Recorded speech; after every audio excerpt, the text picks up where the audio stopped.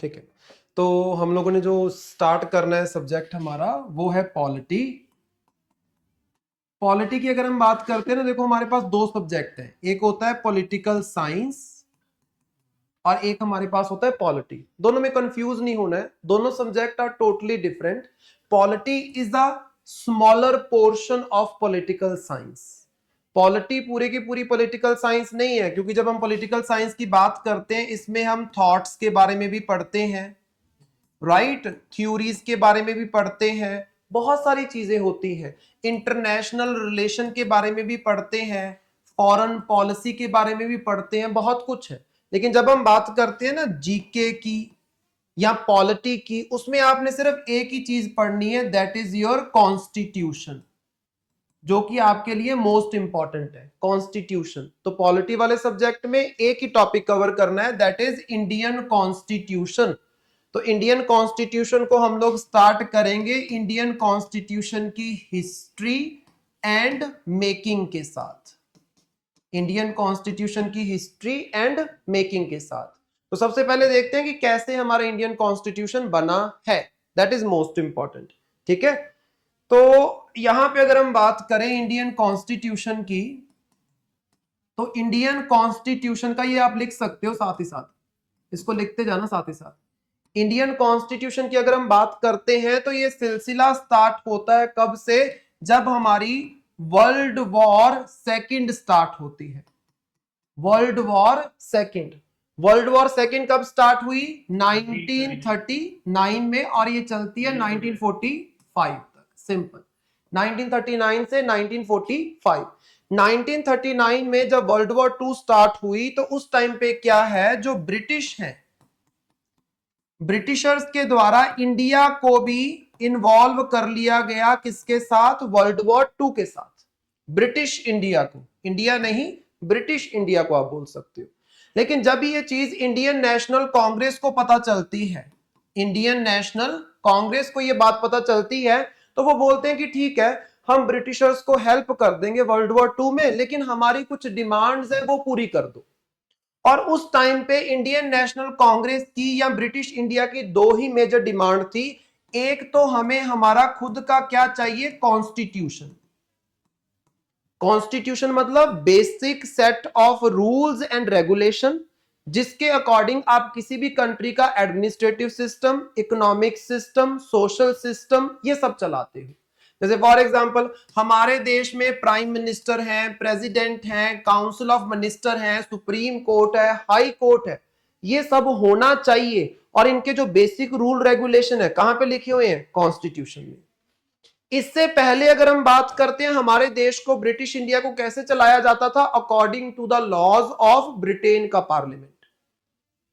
अब Indians demand कर रहे हैं हमें अपने लॉज खुद बनाने हैं, हमें हमारा जो बेसिक लॉ है वो हमने खुद बनाना है, तो हमें एक कॉन्स्टिट्यूशन बनाना है। तो उसके लिए हमें क्या चाहिए, एक कॉन्स्टिट्यूएंट असेंबली। कॉन्स्टिट्यूएंट असेंबली मतलब ऐसा ग्रुप ऑफ इंडियन पीपल जो मिलके क्या करेंगे, इंडिया का संविधान लिखेंगे। एक तो ये डिमांड खड़ी होती है। एक डिमांड खड़ी होती है सेल्फ गवर्नमेंट की। सेल्फ गवर्नमेंट, इंडियंस बोलते हैं हमें हमारी खुद की सरकार बना के दो, जो इंडियंस को बना के भी दी गई थी। जैसे फॉर एग्जांपल इंडिया तो आजाद हो गया था 1947 में, लेकिन हमारे जो लोकसभा के इलेक्शंस आते हैं वो तो 50 के बाद आते हैं, जब संविधान लागू हुआ। तब तक के लिए हमारे देश को कौन चला रहा था, एक टेम्परेरी गवर्नमेंट। वो टेम्परेरी गवर्नमेंट किसने बना के दी, वो बना के दी ब्रिटिशर्स ने। लेकिन वो टेम्परेरी गवर्नमेंट कब बना के दी, वो जाके बनी है जब वर्ल्ड वॉर टू खत्म हो जाती है 1945 के बाद। लेकिन ये डिमांड कब स्टार्ट हुई है, with the beginning of world war second. इस डिमांड को पूरा करने के लिए ब्रिटिशर्स के द्वारा बार बार क्या है, यहां पे इनिशिएटिव्स लिए जाते हैं। और उन इनिशिएटिव्स की अगर हम बात करते हैं, उसमें हमारे पास सबसे पहले आता है आपका अगस्त ऑफर। सबसे पहले आपके पास आता है अगस्त ऑफर ऑफ 1940। जब 1939 में आप बोल सकते हो कि कांग्रेस ने ये डिमांड्स रखी, तो 1940 में हमारे पास ब्रिटिशर्स ने एक ऑफर भेजा, वो अगस्त में आया था, तो उसको हम बोल देते हैं अगस्त ऑफर। इस अगस्त ऑफर में ब्रिटिशर्स ने क्या बोला कि हम आपको ना कॉन्स्टिट्यूएंट असेंबली बना देंगे। बट कब बनाएंगे? After the war. After the war उन्होंने बोला आपको कॉन्स्टिट्यूएंट असेंबली बना के दे देंगे, जो आप डिमांड कर रहे हो कि हमें कॉन्स्टिट्यूएंट असेंबली बना के दो, जो हमारे देश का संविधान लिखेगी और जिसमें सारे मेंबर्स भी इंडियन होने चाहिए, वो बना के दे देंगे, लेकिन एक बार वर्ल्ड वॉर 2 को खत्म होने दो और तब तक के लिए इंडियंस हमें अपनी कंप्लीट सपोर्ट प्रोवाइड करें। बट यहां पे इंडियन नेशनल कांग्रेस इस चीज के ऊपर क्या कर देती है? मना कर देती है कि हमें कॉन्स्टिट्यूएंट असेंबली और टेम्परेरी गवर्नमेंट मतलब इंडियन गवर्नमेंट अभी बना के दो। हम नहीं वेट कर सकते कि आपकी वर्ल्ड वॉर 2 खत्म होगी और फिर उसके बाद तुम हमें बना के दोगे। हो सकता है उसके बाद तुम मुकर जाओ। तुम्हारा क्या, एक बार तुम्हारा जो काम था वो पूरा हो गया, इंडियंस की सपोर्ट आपको वर्ल्ड वॉर 2 में मिल गई, उसके बाद आपको किसने पूछना? क्योंकि वर्ल्ड वॉर 1 में भी उन्होंने ऐसा किया। वर्ल्ड वॉर 1 में भी ऐसा ही किया था कि वर्ल्ड वॉर 1 जब स्टार्ट हुई, इंडियंस की सपोर्ट मांगी, इंडियंस रजवाड़े भाग भाग के सपोर्ट करने के लिए जा रहे हैं। लेकिन जैसे वर्ल्ड वॉर 1 खत्म हुई उसके बाद इंडिया की डिमांड्स को इग्नोर किया गया। तो वो दोबारा से धोखा हमारे साथ ना हो, तो कांग्रेस बोलती है नहीं जी, हमें पहले बना के दो कॉन्स्टिट्यूएंट असेंबली। ये ऐसे चलता रहता है। फिर उसके बाद क्या है, आ जाता है आपका क्रिप्स मिशन। ये सारे टॉपिक्स हमारे हिस्ट्री की हैं लेकिन कॉन्स्टिट्यूशन के साथ रिलेटेड है। हमारे पास आ जाता है क्रिप्स मिशन। और क्रिप्स मिशन कब आया? 1942 में। क्रिप्स मिशन कब आता है? 1942 में। 1942 में हमारे पास आता है क्रिप्स मिशन। और क्रिप्स मिशन के अंदर भी इनकी डिमांड्स को पूरा करने की कोशिश की जाती है, बट अगेन बात वही बोली जाती है कि कॉन्स्टिट्यूएंट असेंबली हम बना के देंगे आफ्टर द वॉर। सेम चीज। और क्रिप्स मिशन जब आता है तो यहां पे गांधी, जवाहरलाल नेहरू ये बोलते हैं कि आप ऐसी चीजों के ऑफर हमें दे रहे हो जिसका समय निकल चुका है। वो बोलते हैं ना कि it is a dead nail, like a nail of door आप बोल सकते हो, या फिर पोस्ट डेटेड चेक है, ये गांधी के द्वारा बोला गया। ये सब हम हिस्ट्री में कवर करेंगे। तो मतलब आपके क्रिप्स मिशन में भी बोला गया कि कॉन्स्टिट्यूएंट असेंबली तो बना के देंगे लेकिन आफ्टर द वॉर, जो चीज एक्सेप्टेबल नहीं थी। और इसकी वजह से क्रिप्स मिशन भी फेल होता है। फिर आपने सुना होगा कि क्रिप्स मिशन फेल होने के बाद क्विट इंडिया मूवमेंट जो है गांधी के द्वारा स्टार्ट की जाती है। क्विट इंडिया मूवमेंट स्टार्ट हो जाती है इंडिया। उसके बाद वॉर खत्म होती है जाके कब? वॉर फाइनली खत्म होती है आपकी 15 अप्रैल, not 15 April, not 2nd September, it's 15, but 15 August, 15 अगस्त 1945। 15 अगस्त 1945 को जो वर्ल्ड वॉर 2 है ये फाइनली खत्म हो जाती है। देखो 15 अगस्त को वर्ल्ड वॉर 2 खत्म हुई थी, इसीलिए इस 15 अगस्त की डेट को चूज किया गया as a date of Indian independence.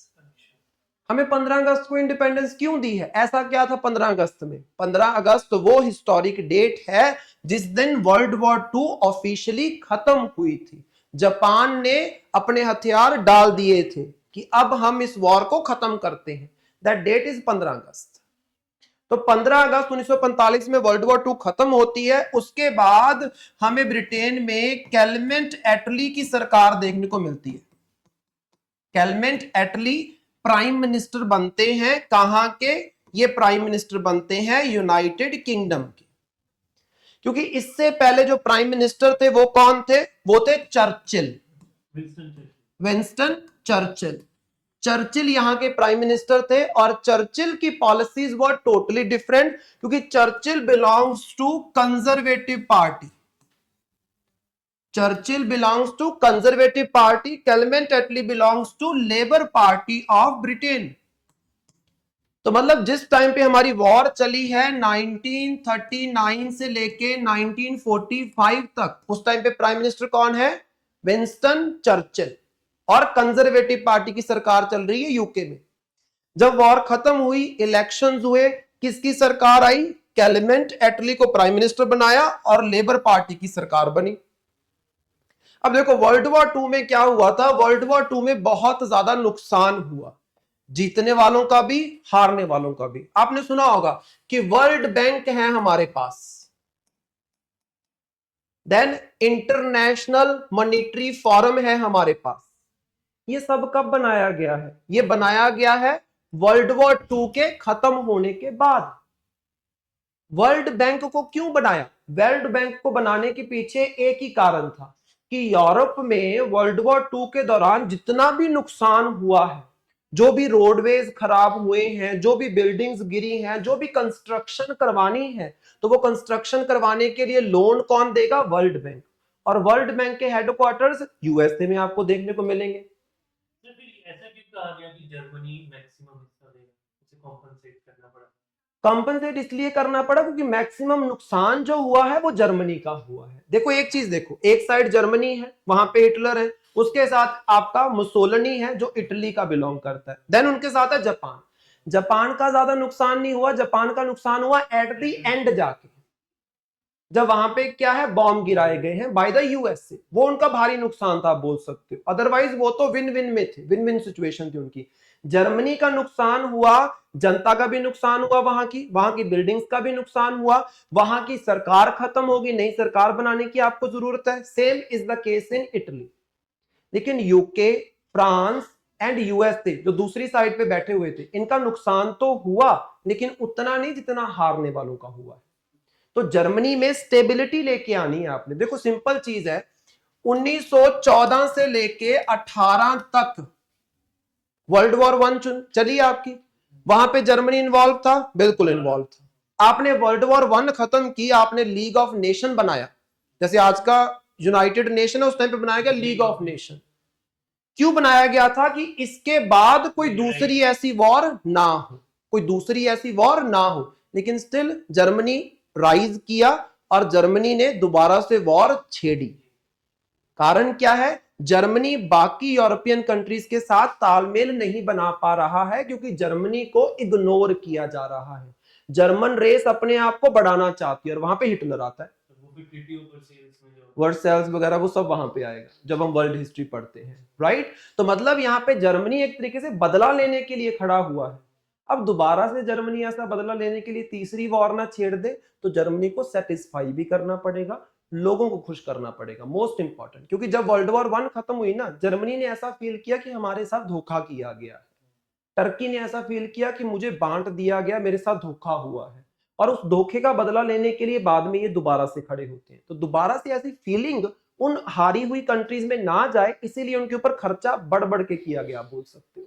तो ये वर्ल्ड बैंक को बनाया गया यही खर्चे देने के लिए, लोन्स देने के लिए। आईएमएफ को बनाया गया कि आपने इकोनॉमीज को स्टेबल करके रखना है, अर्थव्यवस्था जो है उसको आपने स्टेबल करके रखना है। आईएमएफ की एक बेसिक रिस्पॉन्सिबिलिटी है, दैट इज अर्थव्यवस्था की स्टेबिलिटी को मेंटेन करना। जैसे रिसेंटली श्रीलंका में हमें क्या देखने को मिला? श्रीलंका में इकोनॉमी हिल गई, तो श्रीलंका को लोन कौन प्रोवाइड करने के लिए आया? आईएमएफ। जब इंडिया की इकोनॉमी 1991-92 में हिली थी, उस टाइम पे किसने लोन प्रोवाइड किया? आईएमएफ ने। वर्ल्ड बैंक का काम क्या है? उस टाइम पे काम था रिकंस्ट्रक्शन करवाना यूरोप में, आज का काम है पॉवर्टी को एंड डेवलपमेंट को देखना। तो ये सारी चीजें हमें उस टाइम पे देखने को मिल रही हैं। जब कैलमेंट एटली की सरकार आती है तो कैलमेंट एटली क्या है? इंडिया के डिस्प्यूट को सॉल्व करने के लिए यहां पे एक मिशन भेजते हैं जिसको हम बोलते हैं cabinet Mission plan. This is most important, cabinet Mission plan. कब आया? ये आया 16 मई 1946 को। Cabinet Mission plan, this is most important, क्योंकि इस कैबिनेट मिशन प्लान के अकॉर्डिंग ही हमारी जो कॉन्स्टिट्यूएंट असेंबली है उसको बनाया गया था। कैबिनेट मिशन प्लान ने ही बताया कि कैसी होगी इंडिया की कॉन्स्टिट्यूएंट असेंबली। उसमें जो इंडियंस को बिठाया जाएगा, इंडियन मेंबर्स को जो बिठाया जाएगा, वो क्या चुने जाएंगे या फिर नॉमिनेट किए जाएंगे? कितने मेंबर्स होंगे? कैसे वर्किंग होगी आपकी कॉन्स्टिट्यूएंट असेंबली की? ये सब आपको कौन बता रहा है? Cabinet Mission plan. जिसको किसने भेजा? इसको भेजा गया लेबर पार्टी की सरकार के द्वारा, कैलमेंट एटली की सरकार के द्वारा। तो इस कैबिनेट मिशन प्लान की अगर हम बात करते हैं, जो 16 मई 1946 को यहां पे आता है, तो 1946 से ही काम स्टार्ट हो जाता है हमारे संविधान को बनाने का, हमारी कॉन्स्टिट्यूएंट असेंबली को बनाने का। तो सबसे पहले कॉन्स्टिट्यूएंट असेंबली बनाई जाती है, उसके बाद वो कॉन्स्टिट्यूएंट असेंबली हमारे संविधान को लिखती है। अब उसके रिलेटेड हमारे पास क्या इंपॉर्टेंट चीजें हैं, बहुत सारी चीजें हैं। कॉन्स्टिट्यूएंट असेंबली की अगर हम बात करते हैं तो कॉन्स्टिट्यूएंट असेंबली के बारे में कैबिनेट मिशन प्लान ऑफ 1946 ने क्या बोला? इसने बोला कि जो आपकी कॉन्स्टिट्यूएंट असेंबली है इसकी जो टोटल स्ट्रेंथ है वो कितनी होनी चाहिए? 389 मेंबर्स। Very good, 389 members. अब ये 389 मेंबर की टोटल स्ट्रेंथ बताई गई कॉन्स्टिट्यूएंट असेंबली की, और इस 389 मेंबर्स को 3 पार्ट्स में डिवाइड किया गया। इसको क्या किया गया? 3 पार्ट्स में डिवाइड किया गया। देखो उस टाइम पे इंडिया में 3 तरह के एरियाज थे। एक तो थी हमारे पास ब्रिटिश प्रोविंसेस, लिखते जाना साथ ही साथ, ब्रिटिश प्रोविंसेस। कितनी ब्रिटिश प्रोविंसेस थी? 11 स्टेट्स थी। मतलब आज हम स्टेट बोलते हैं, उस टाइम पे प्रोविंस बोलते थे। इंडिया में उस टाइम पे 11 स्टेट हुआ करती थी, ठीक है। और हमारे पास 4 थी chief commissioner provinces, chief commissioner provinces. जैसे देखो आज के टाइम पे हमारे पास यूटीज होती हैं, उस टाइम पे यूटी नहीं होती थी, चीफ कमिश्नर प्रोविंस होती थी। चीफ कमिश्नर प्रोविंस का मतलब क्या है? जैसे आज यूटी में चंडीगढ़ यूटी है, चंडीगढ़ में एक एडमिनिस्ट्रेटर बैठा होता है। इस एडमिनिस्ट्रेटर को कौन बिठाता है? देश का head, that is president of India. उस टाइम पे चीफ कमिश्नर को कौन बिठाता था? उस टाइम के ब्रिटिश इंडिया का head, that was vice Roy of India. ये 4 है सर? ये 4 है, इनकी गिनती 4 है, ये 11 है। तीसरे हमारे पास है प्रिंसली स्टेट्स। तीसरे हमारे पास है प्रिंसली स्टेट्स। प्रिंसली स्टेट्स मतलब ऐसे एरियाज जिनको क्या है, कोई ना कोई राजा रूल कर रहा। जूनागढ़ हो गया, हैदराबाद हो गया, जम्मू एंड कश्मीर हो गया, हिमाचल प्रदेश में घुसोगे बहुत सारे हैं। और अप्रॉक्स बोला जाता है कि 560 के करीब प्रिंसली स्टेट्स थी उस टाइम पे। 560 के करीब ऐसे एरियाज थे जिसको कोई ना कोई राजा चला रहा था, जिसमें क्या है, ना तो सरकार की इन्वॉल्वमेंट है, ना कोई वाइसरॉय की ज्यादा इन्वॉल्वमेंट है। राजा को थोड़ी सी स्पेशल पावर्स दी गई है। ये 3 एरियाज हैं। जैसे फॉर एग्जांपल आज मैं आपको बोलूं कि ये इंडिया है।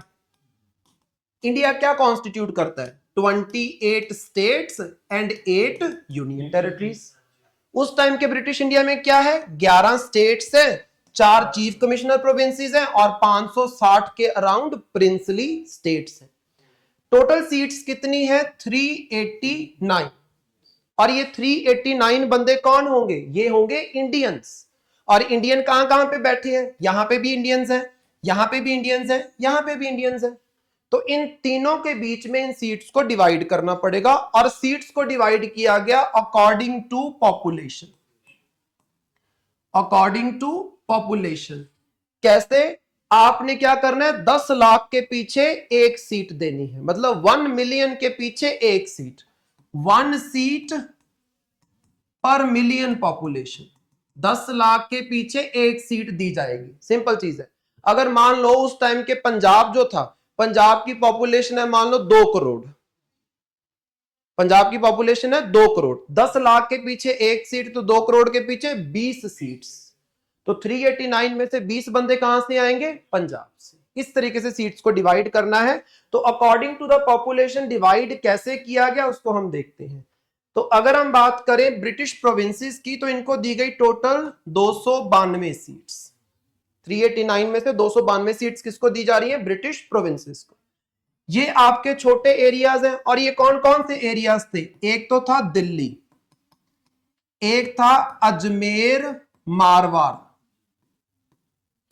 एक था आपके पास कूर्ग, और एक था ब्रिटिश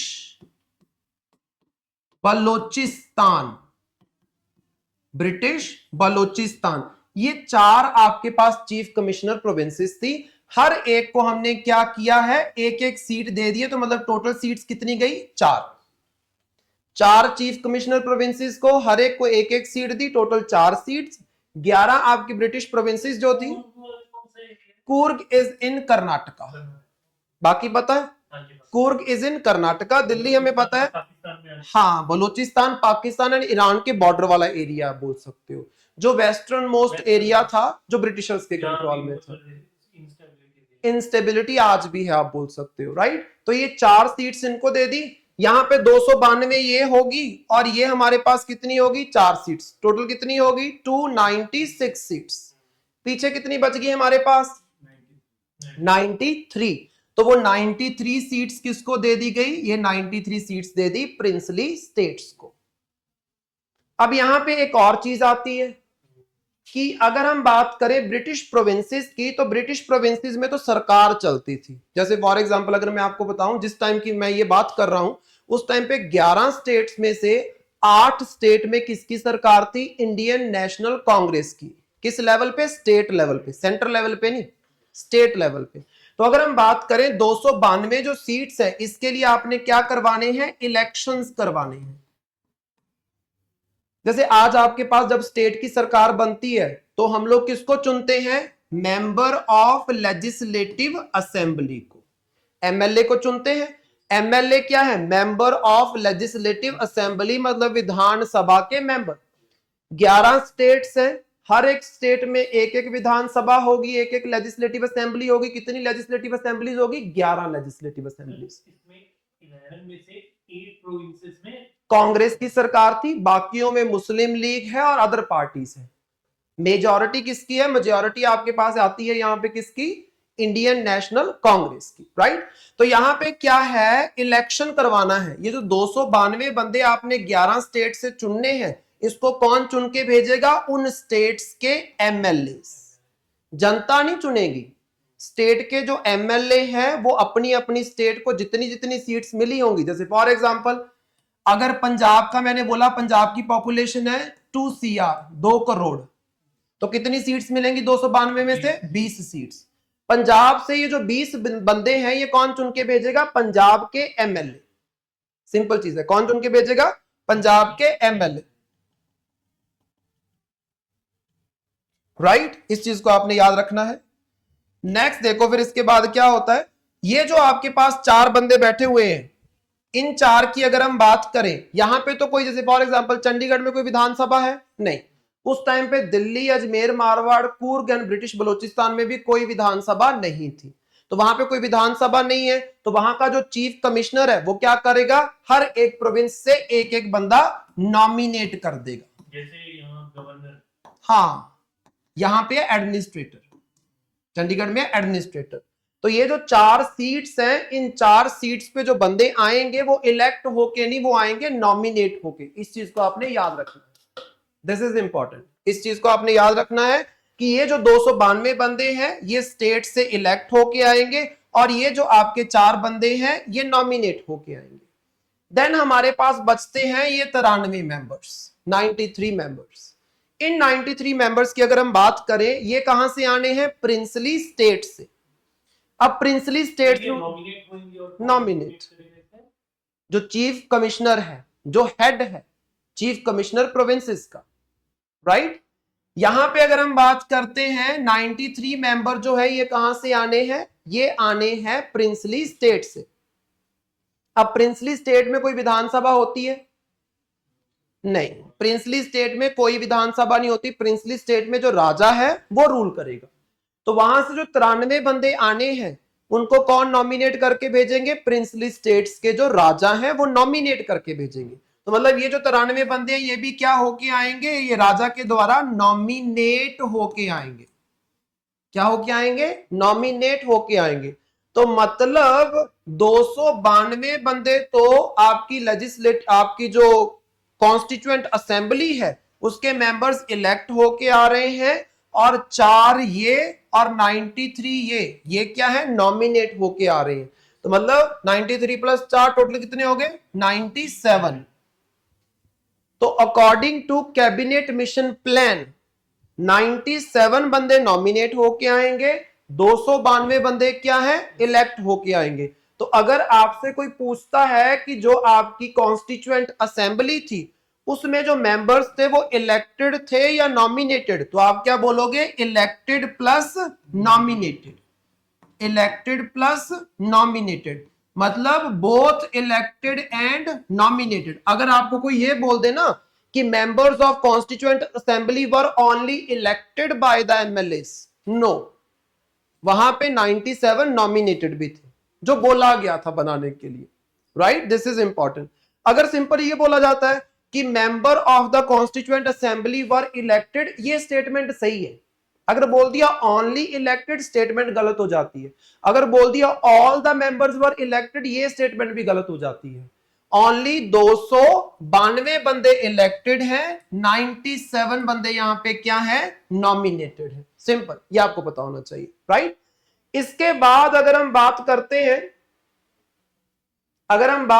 हैं इसकी वर्किंग की, ये तो कॉन्स्टिट्यूएंट असेंबली अभी हमने बनाई है, इसकी वर्किंग की अगर हम बात करें कि वर्किंग कैसे स्टार्ट होती है, तो वर्किंग में लिखना सबसे पहली चीज, जुलाई अगस्त में तो देखो इसके इलेक्शंस हुए, जुलाई अगस्त में इसके इलेक्शंस हमें देखने को मिले।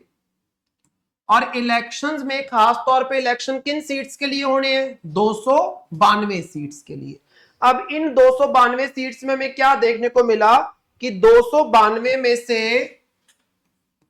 208 सीट्स जो हैं ये अकेली की अकेली इंडियन नेशनल कांग्रेस जीत के लेगी। जीतेगी भी भाई, 11 स्टेट्स है, 8 में सरकार किसकी है, कांग्रेस की, तो ऑटोमेटिकली मेजॉरिटी सीट्स किसके पास जाएंगी, इंडियन नेशनल कांग्रेस के पास। ओनली 73 सीट्स जाती हैं मुस्लिम लीग के पास, और बाकी जो बची हुई सीट्स हैं वो अदर पार्टीज जीतती हैं। इंडिविजुअल कैंडिडेट या अदर पार्टीज वो हमारे लिए इंपॉर्टेंट नहीं है, ये इंपॉर्टेंट है कि 292 में से 208 सीट्स कांग्रेस जीत गई, 73 सीट्स मुस्लिम लीग ने जीती है। यहां तक समझ आया। टोटल जो हमारे पास इलेक्शन वाली सीट्स थी, कितनी सीट्स के लिए इलेक्शन होने थे, 292 के लिए। 292 सीट्स के लिए 11 स्टेट्स में इलेक्शन हुए। 11 स्टेट्स में से 292 में से 208 बंदे किसके आए, इंडियन नेशनल कांग्रेस के जीत के आए। 73 किसके जीत के आए, मुस्लिम लीग के। और जो बचे हुए हैं 10-15 वो बाकी इंडिविजुअल कैंडिडेट्स और बाकी मुस्लिम लीग में सिर्फ जिन्ना ब्रदर्स, जिन्ना ब्रदर्स नहीं, मुस्लिम लीग एक प्रॉपर पार्टी है। नहीं वो तो पार्टी मतलब उसमें मुस्लिम, जैसे इंडियन नेशनल कांग्रेस आपको दिखती है ना, बहुत सारे इंपॉर्टेंट लीडर्स, और कुछ लीडर्स तो ऐसे हैं जिसके बारे में आपको पढ़ाया भी नहीं जाता। वैसे मुस्लिम लीग में भी बहुत सारे लीडर्स हैं। जिन्ना इंपॉर्टेंट है, लाइक जैसे पंडित जवाहरलाल नेहरू इंपॉर्टेंट है, मेजर लीडर है आप बोल सकते हो, राइट। लेकिन लीडर्स तो बहुत सारे होंगे क्योंकि इनकी सरकार चल रही है ना प्रॉपरली। अगर हम बात करें तो ये चीज हमें देखने को मिलती है। मुझे एक बात बताओ, टोटल सीट्स कितनी थी, 389। उसमें कांग्रेस के पास कितनी है, 208। यहां पे डिसीजन कैसे होंगे, मेजॉरिटी के साथ। अच्छा, 389 की मेजॉरिटी क्या होगी बताओ, हाफ करो इसका। Very good. 389 की मेजॉरिटी क्या होगी,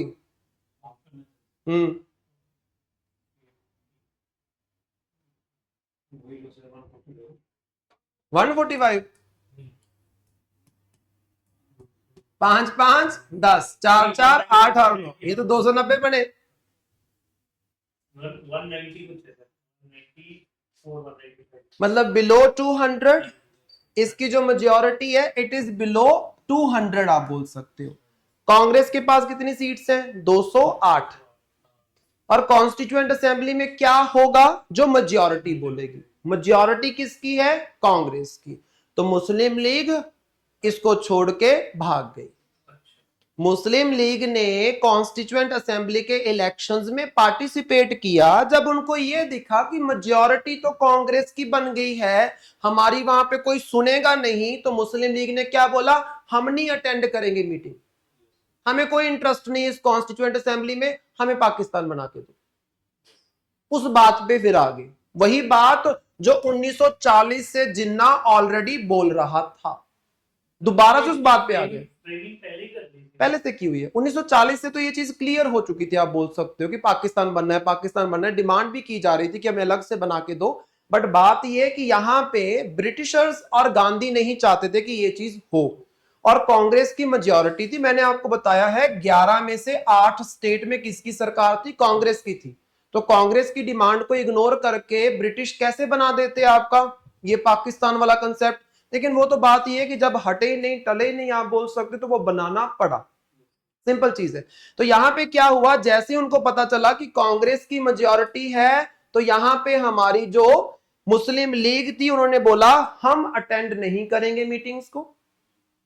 जिसकी वजह से हमें क्या देखने को मिला कि एट द एंड जब कॉन्स्टिट्यूएंट असेंबली की फर्स्ट मीटिंग होती है, जब कॉन्स्टिट्यूएंट असेंबली की मीटिंग्स की बात करते हैं, तो फर्स्ट मीटिंग जो है ये आपको देखने को मिलेगी 9 दिसंबर 1946 को, जिसमें क्या थे, 208 बंदे तो इंडियन नेशनल कांग्रेस के थे, प्लस यहां पे 3 बंदे अदर पार्टीज के थे, इंडिपेंडेंट कैंडिडेट्स। टोटल कितने हो गए, 211।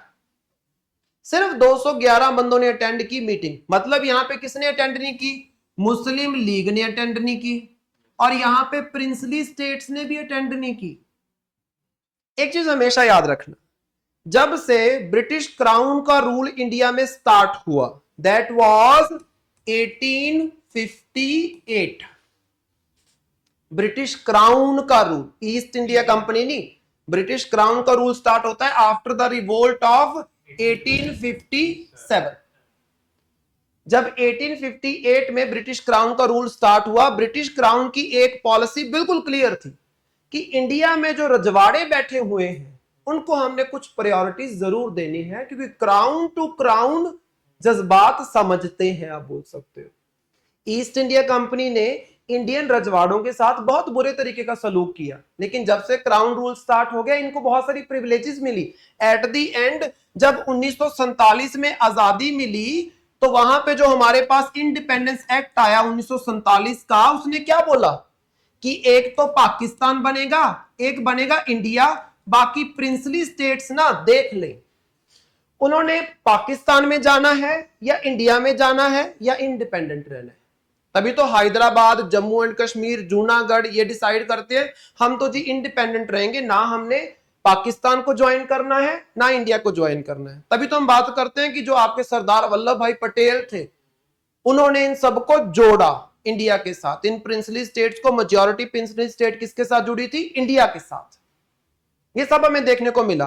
तो यहां पे जो प्रिंसली स्टेट थी, बहुत सारी हैं, नॉट जस्ट वन स्टेट। नहीं, प्रिंसली स्टेट्स की हम बात कर रहे हैं, बहुत सारी हैं। क्योंकि जैसे फॉर एग्जांपल पंजाब आज आप देखते हो, पंजाब का आधा हिस्सा हमारे पास है, आधा हिस्सा उस तरफ है, और पंजाब की पूरे के पूरे हिस्से की जो पंजाब की रियासत हुआ करती थी, उसको पूरी को स्टेट नहीं बनाया था। उसमें से कुछ एरियाज जो कश्मीर के साथ लगते थे, वो अभी भी प्रिंसली स्टेट्स के रूप में बैठे हुए थे, जहां पे छोटे छोटे गवर्नर रंजीत सिंह के बैठे हुए थे। तो ऐसा नहीं है कि सारी की सारी इंडिया के साथ जुड़ी है, बहुत सारी हैं जो पाकिस्तान के साथ भी जुड़ी है, जो पाकिस्तान के रीजन में आती थी, जो पाकिस्तान के रीजन में आती थी, वो इंडिया के साथ कैसे जुड़ जाएंगे, मुझे ये बताओ, पॉसिबल नहीं है, राइट। देन अगर हम बात करें, जैसे हैदराबाद की बात करते हैं, हैदराबाद की जो स्टेट थी that was a Muslim state, वो पाकिस्तान को सपोर्ट करती रही है। निजाम जो वहां के थे, जो नवाब हुआ करते, निजाम हुआ करते थे, वो पाकिस्तान को सपोर्ट करते रहे। तभी तो वहां पे हमें पुलिस एक्शन लेना पड़ा कि नहीं जी आप पाकिस्तान में नहीं जा सकते, क्योंकि हमारे इंडिया के बीचों बीच बैठे हुए हो। ऐसे कैसे बीचों बीच पाकिस्तान को एरिया दे दे, तो जबरदस्ती हमने उनके ऊपर कब्जा कर लिया, राइट। ये चीज हमें देखने को मिली। तो यहां हमें क्या समझ आया, यहां हमें समझ आया कि टोटल जो थे ओनली 211 बंदों ने फर्स्ट मीटिंग को अटेंड किया। इसमें प्रिंसली स्टेट्स नहीं आई, इसमें मुस्लिम लीग नहीं आई। देन हमारे पास जो नेक्स्ट इंपॉर्टेंट पॉइंट आता है दैट इज कि अच्छा फर्स्ट मीटिंग हो रही है, मीटिंग में 211 बंदे आ रहे हैं, 211 मेंबर्स यहां पे क्या है, मीटिंग को अटेंड कर रहे हैं। अब इन सबको मैनेज करने के लिए आपको एक प्रेसिडेंट भी तो चाहिए। जैसे लोकसभा है, तो लोकसभा में लोकसभा का स्पीकर बैठा हुआ है जो सबको मैनेज करता है, मौका देता है बोलने का, पूरी वर्किंग देखता है। यहां पे क्या होगा, 211 मेंबर्स, मेंबर मतलब पर्सन ही एक मेंबर बनेगा ना, सिंपल। तो यहाँ पे 211 जो मेंबर्स हैं, इनको मैनेज करने के लिए एक प्रेसिडेंट चाहिए, और फर्स्ट मीटिंग के लिए एक टेम्परेरी प्रेसिडेंट बिठाया जाता है। जैसे फॉर एग्जांपल कॉन्स्टिट्यूएंट असेंबली का प्रेसिडेंट कौन होगा, ये कौन डिसाइड करेगा, कॉन्स्टिट्यूएंट असेंबली के मेंबर्स। जैसे लोकसभा का स्पीकर कौन होगा, ये कौन डिसाइड करता है, लोकसभा के एमपी। लोकसभा के इलेक्शंस होते हैं, मतलब लोकसभा के एमपी के इलेक्शंस हुए, हम लोगों ने एमपी को चुन के भेजा। कितने एमपी चुन के भेजे, 543। 543 एमपी जब लोकसभा में इकट्ठे होते हैं तो आपस में वोट करके एक बंदे को, 543 एमपी में से एक एमपी को बना लेते हैं स्पीकर। लेकिन वो वोट करवाने के लिए, इलेक्शंस करवाने के लिए आपको क्या करना पड़ेगा, इकट्ठा होना पड़ेगा, मीटिंग करनी पड़ेगी। लोकसभा में जब फर्स्ट मीटिंग होती है, यहां पे बैठता है प्रोटेम स्पीकर। प्रोटेम स्पीकर को कौन बिठाता है, president of India. Temporary speaker जो पहली मीटिंग करवाने के लिए, उसमें ये इलेक्शंस करवा के अपना परमानेंट स्पीकर चुन लेंगे। वही चीज यहां पे है, पहली मीटिंग तो 211 बंदों की करवानी है ना, उसके लिए एक टेम्परेरी प्रेसिडेंट आपको चाहिए, वो एक सीनियर बंदे को बिठा दो। दैट सीनियर बंदा was doctor Sachchidanand Sinha. Vice president है प्रेसिडेंट सच्चिदानंद सिन्हा, ये भी टेम्परेरी थी सर, ये टेम्परेरी। सर इंटरिम भी कहते हैं ना, इंटरिम टेम्परेरी एक ही मतलब है। Interim is a official word, temporary is a non official word, जैसे हम लोग वैसे यूज कर लेते हैं। जैसे interim is a official word, interim का मतलब क्या है, टेम्परेरी। डॉक्टर सच्चिदानंद सिन्हा को पहली मीटिंग में एज अ इंटरिम या टेम्परेरी प्रेसिडेंट बिठाया जाता है। देन आती है हमारे पास सेकंड मीटिंग। देखो सिंपल चीज है, पहली मीटिंग होगी तो ऑटोमेटिकली क्या है, ये इलेक्शंस करवा सकते हैं। जब सेकंड मीटिंग हमारे पास आती है तो सेकंड मीटिंग में प्रेसिडेंट इलेक्ट होके कौन आता है हमारे पास, डॉक्टर राजेंद्र प्रसाद। यहां पे ये क्या बन रहे हैं, ये बन रहे हैं कॉन्स्टिट्यूएंट असेंबली के प्रेसिडेंट। देश के प्रेसिडेंट नहीं, देश के प्रेसिडेंट बनेंगे ये कब, 24 जनवरी 1950 को। देश के प्रेसिडेंट राजेंद्र प्रसाद बनेंगे 24 जनवरी 1950 को, लेटर ऑन डिस्कस करेंगे।